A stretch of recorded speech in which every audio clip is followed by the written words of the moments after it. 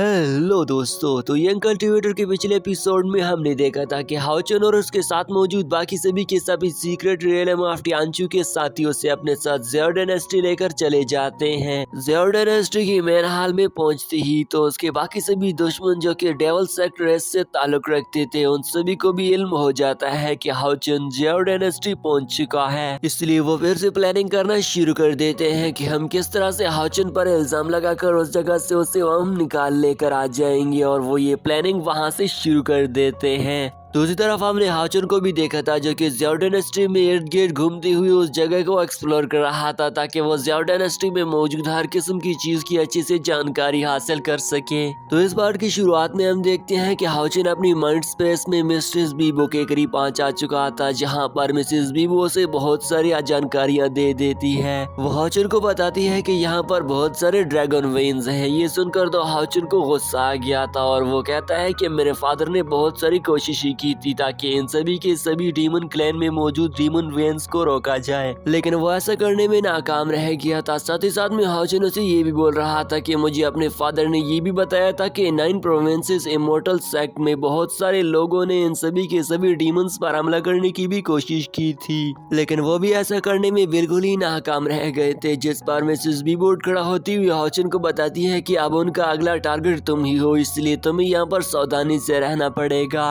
और साथ ही साथ में वो ये भी बोल रही थी कि हाँ, जो कुछ भी हो जाए लेकिन तुम्हें इमोर्टल सेक्ट का हेड बनना ही है और तुम्हें अपने फादर के सौदे को तुमने ही हासिल करना होगा। नेक्स्ट सीन में हमें क्वीन मदर को दिखाया जाता है, जहाँ पर वुशन और उसकी छोटी प्रिंसेस उसके पास आकर उसे वेलकम करते हुए बोल रहे थे कि हम बिल्कुल ही खैरियत से वापस आ चुके हैं और हम अपना मकसद भी पूरा करके आए हैं। क्वीन मदर उससे पूछती है कि तुम्हें रास्ते में कोई मुश्किलात तो पेश नहीं आई है और क्या तुम दोनों बिल्कुल सही सलामत भी हो या नहीं। जिस पर वो दोनों से कहते हैं कि हमें कुछ भी नहीं हुआ है, बल्कि हम बिल्कुल ही सही तंदुरुस्त होकर वापस लौट आ गए हैं।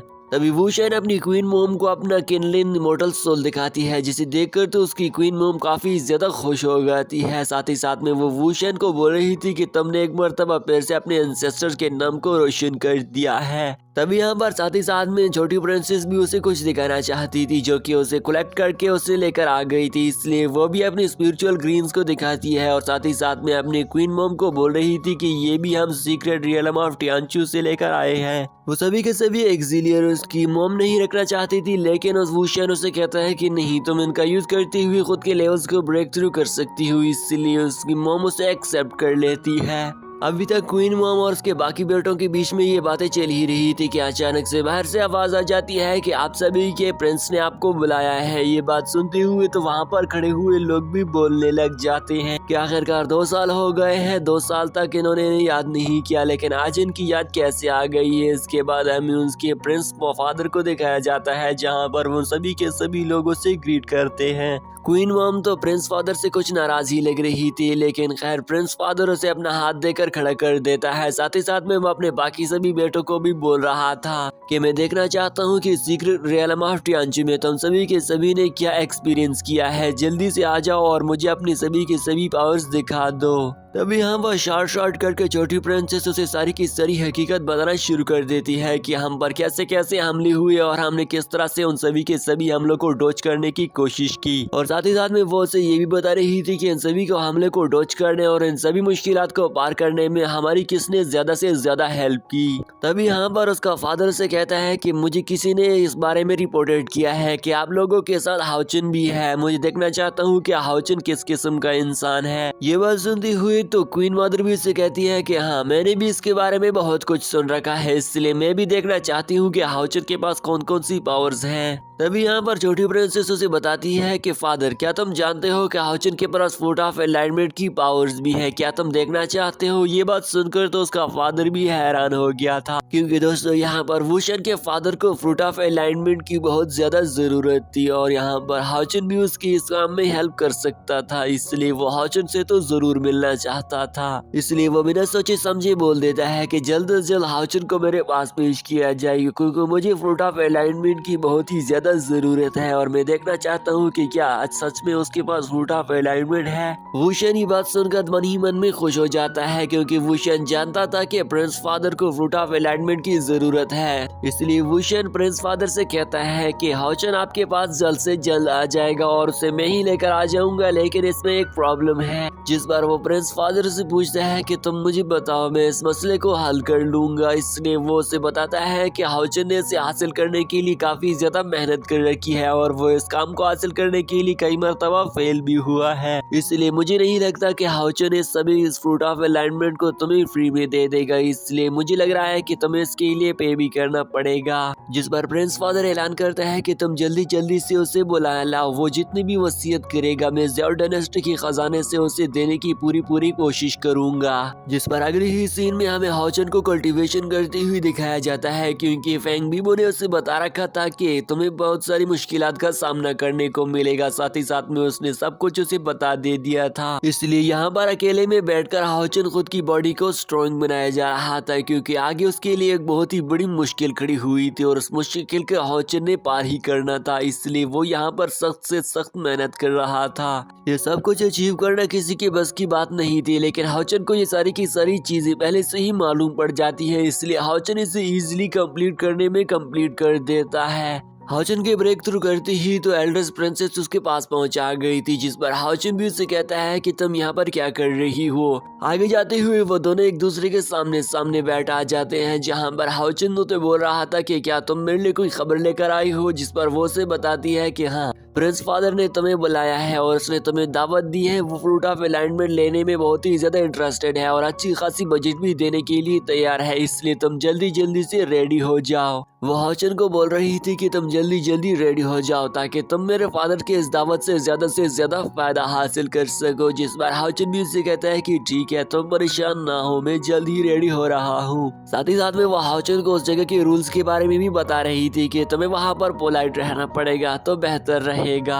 तभी यहाँ पर अचानक से हाउचन मन ही मन में कुछ सोचने लग गया था और उससे पूछता है कि इंपीरियल फिजिशियन इमोर्टल सेक्ट के तो लोग यहाँ पर आएंगे या नहीं। जिस बार वो प्रिंसेस उसे बताती है कि हाँ, वो सभी के सभी लोग आएंगे जरूर, लेकिन वो आपकी इस जगह पर शिरकत नहीं कर सकते हैं, क्योंकि उनको इस जगह में शिरकत करना अलाउड नहीं है। लेकिन हाँ, वो ज़ियाओ डायनेस्टी में जरूर आएंगे। जिसे सुनकर तो अब हाउचन ने भी ठान ली थी कि हमें अब तो जरूर जाऊंगा, क्योंकि मेरे अपोनेंट्स वहां पर नहीं होंगे। नेक्स्ट सीन में हमें रात का मंजर दिखाया जाता है, जहां पर मेन हॉल में हमें बाकी सभी के सभी एल्डर्स मास्टर्स को दिखाया जाता है, जो कि बड़े रोब दौब के साथ एक दूसरे के सामने आमने खड़े हो भी बैठे हुए थे। कुछ ही देर में हाउचन भी वहां पर पहुंचा जाता है, जो कि आगे बढ़ती हुई उन सभी को ग्रीट करता है, लेकिन फादर प्रिंस उसे कहता है कि नहीं, कोई जरूरत नहीं, बस तुम अपनी जगह पर बैठ जाओ। हाउचन को वहां पर बैठते ही सबसे पहले उसके सामने ड्रिंक पेश किया जाता है, जिसे पीने से पहले ही हाउचन को सिस्टम की तरफ से उस ड्रिंक की सारी मालूमात और जानकारी हासिल होने लग जाती है। जिस पर हाउचन को बताया जाता है कि ये एक ड्रैगन फेरी फ्रूट है, जिसे पीते ही तुमने मर जाना है, जो कि तुम्हें और भी ज्यादा नुकसान पहुंचा सकता है। दूसरी तरफ बैठा हुआ हाउचन का अपोनेंट, जिन्होंने इस ड्रिंक को इसे देने में इसे मिला रखा था, वो मन ही मन में सोच रहा था कि हाउचन इतना ज्यादा खतरनाक कैसे हो सकता है। इस तरफ ये सभी हाउचन के तबाह होने का इंतजार कर रहे थे। दूसरी तरफ हाउचन भी बिना सोचे समझे उस पॉइजन को ड्रिंक करने लग गया था। ये देखते हुए तो वो सभी इसके मरने का इंतजार कर रहे थे। साथ ही साथ में हाउचन को भी काफी ज्यादा तकलीफ का सामना करना पड़ गया था, लेकिन खैर दोस्तों, हाउचन पर उस पॉइजन का कुछ भी असर नहीं हो रहा था और हाउचन ने खुद को उसके सामने बिल्कुल ही स्ट्रॉन्ग बना रखा था। जिस पर हम देखते हैं कि हाउचन उसके सारे के सारे असर को खत्म कर देता है। ये देखकर तो हाउचन बिल्कुल ही सेट हो गया था। ये देखकर तो वो बाकी सभी लोग हैरान हो जाते हैं कि आखिरकार हाउचन ने किस तरह से खुद की बॉडी को फिर से रिफाइन कर दिया है। हालांकि इन सभी लोगों ने हाउचन को काफी पावरफुल पॉइजन दे रखा था। इसके बाद हम देखते हैं कि यहाँ पर हाउचन को ठीक होता हुआ देखकर वहाँ पर मौजूद प्रिंसेस और बाकी सभी लोग भी बेताब बैठे हुए थे। तभी यहाँ पर हाउचन के ऊपर किंगडम ऑफ अलाइनमेंट के बारे में बातें चल जाती है, जिस पर वो पास में बैठा हुआ इसका अपोनेंट, जिन लोगों ने उसे पॉइजन दे रखा था, वो बोल रहे थे कि हाउचन, हमने तुम्हारे बारे में सुन रखा है, तुम्हारे पास काफी ज्यादा टैलेंटेड स्किल्स मौजूद है, क्या तुम्हारी नजर किंगडम ऑफ अलाइनमेंट पर तो नहीं है, क्योंकि फ्रूट ऑफ अलाइनमेंट तो पहले से ही तुमने हासिल कर रखी है। ये बात सुनते हुए तो फादर फ्रांसिस भी कुछ मन ही मन में सोचने लग गया था। साथ ही साथ में हमें हाउचुन को भी दिखाया जाता है, जो कि बोल रहा था कि नहीं, मैं भी यही कर सकता हूँ कि किंगडम ऑफ अलाइनमेंट को हासिल कर लूँ, लेकिन मैं इसके बारे में सोचूंगा। और यहाँ पर तो दोस्तों हाउचुन मन ही मन में सोचने लग गया था। इसी के साथ ही दोस्तों ये एपिसोड ही हमारा एंड हो जाता है। मुझे उम्मीद है कि आप सभी दोस्तों को आज की इस वीडियो का ये एपिसोड काफी पसंद आया होगा। तो अगर आप सभी दोस्तों ने अभी तक चैनल सब्सक्राइब नहीं किया तो चैनल सब्सक्राइब कर दे, और साथ ही साथ में इसके सभी के सभी पिछले एपिसोड का लिंक मैंने नीचे डिस्क्रिप्शन में पेस्ट कर दिया है। जल्दी से जाकर आप इसके पिछले एपिसोड को भी चेकआउट कर सकते हैं।